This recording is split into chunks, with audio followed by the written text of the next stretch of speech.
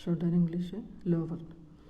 The current political scenario in the country seems to have forced the political parties to think of electoral reforms with a sense of urgency.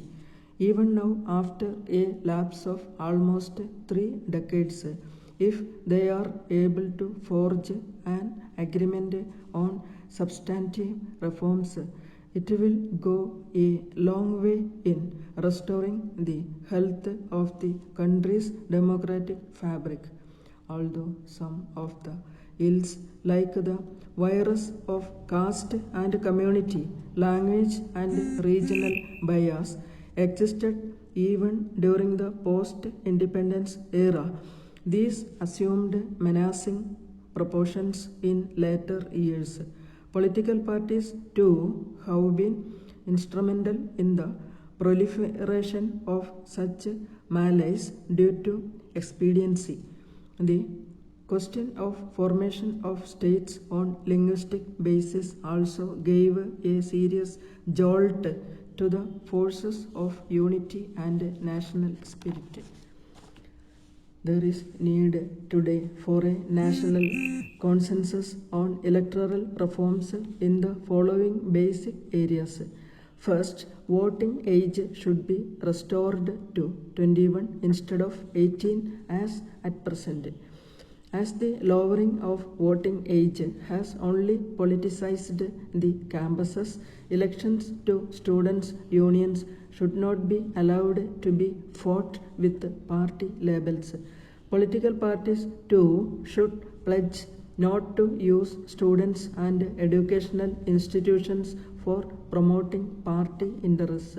Local elective bodies should also be elected without party labels, so that the bitterness of elections does not pollute the local atmosphere. Half of the total population of the country comprises women, and as such they are entitled to 50% of the seats in parliament, state legislatures and local bodies. 33% reservation for women in the Lok Sabha, the Rajya Sabha, state assemblies and legislative councils could be only a first step in giving the equality in power structure.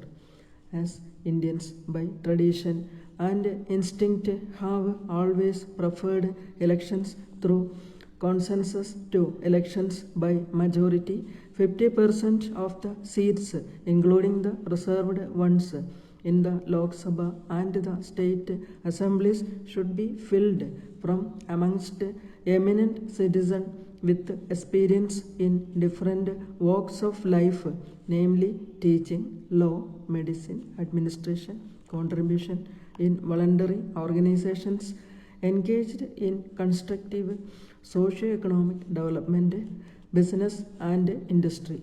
A mixed system of direct and indirect election will bring about qualitative change in the voting pattern and representation. There should be no state funding of the elections. In case of candidates contesting election on a party symbol, the party should bear the entire expenditure.